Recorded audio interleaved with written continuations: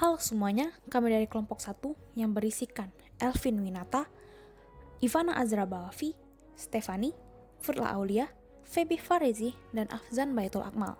Di sini, kami akan menjelaskan mengenai supply chain management pada produk obat batuk. SCM ini melibatkan berbagai pihak, mulai dari supplier, manufaktur, distributor, retailer, hingga customer. Setiap peran saling terhubung, dan jika salah satunya hilang, maka alur supply chain akan kacau. Mari kita mulai dari pihak pertama, yaitu supplier. Perkenalkan, saya adalah supplier untuk obat batuk. Tugas saya adalah menyediakan bahan-bahan baku untuk pembuatan obat batuk, seperti zat penekan batuk dan pengencer dahak. Saya juga menyediakan bahan-bahan lain, seperti pewarna atau perisa, yang membuat obat lebih mudah dikonsumsi atau lebih menarik di mata konsumen. Saya kadang juga menyediakan bahan-bahan untuk kemasan. Kalau saya tidak ada dalam rantai pasok ini, maka bahan baku tidak tersedia. Jadi pabrik produksi nggak tahu mau buat apa jadinya. Jadi saya ini salah satu fase utama dalam rantai pasok ini. Jadi saya dari divisi supplier lanjutkan ke manufaktur.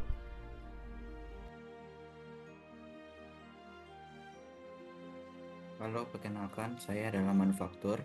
Saya berperan sebagai perusahaan farmasi atau pabrik produksi yang menerima bahan baku dari supplier untuk diolah menjadi obat batuk siap pakai. Disinilah proses penting terjadi, mulai dari formulasi obat, pencampuran bahan, produksi, quality control, hingga pengemasan. Kalau saya tidak ada, bahan baku itu hanya akan tetap jadi bahan mentah yang belum bisa digunakan.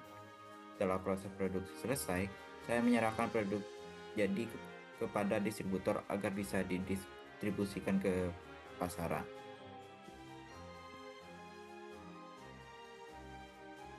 Saya adalah distributor. Peran saya menyalurkan obat batuk dari pabrik ke berbagai retailer seperti apotek, minimarket, dan rumah sakit. Saya memastikan produk sampai dalam kondisi baik, tidak rusak, dan tidak melewati kadaluarsa dengan menjaminkan ketepatan waktu pengantaran, kondisi penyimpanan, transportasi yang cocok, dan lain-lain.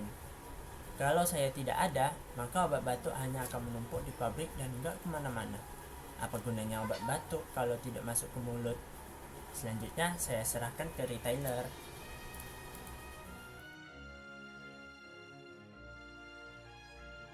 Halo, saya adalah retailer.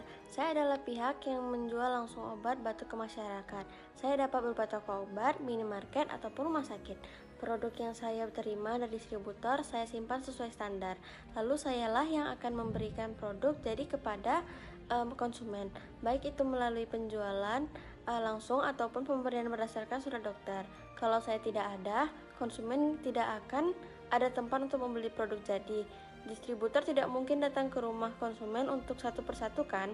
Berikut peran saya dalam produsen ini. Saya serahkan selanjutnya ke konsumen.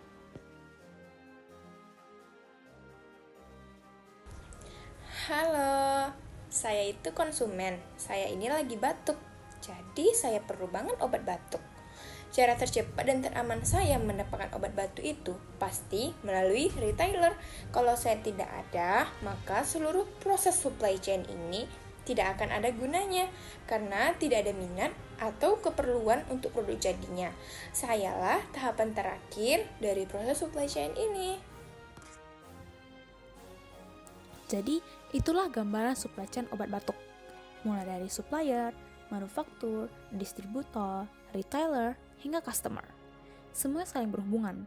Setiap pihak sama-sama penting. Jika salah satu peran hilang, maka seluruh alur supply chain akan terganggu berat. Demikianlah presentasi dari kelompok kami. Sekian dan terima kasih.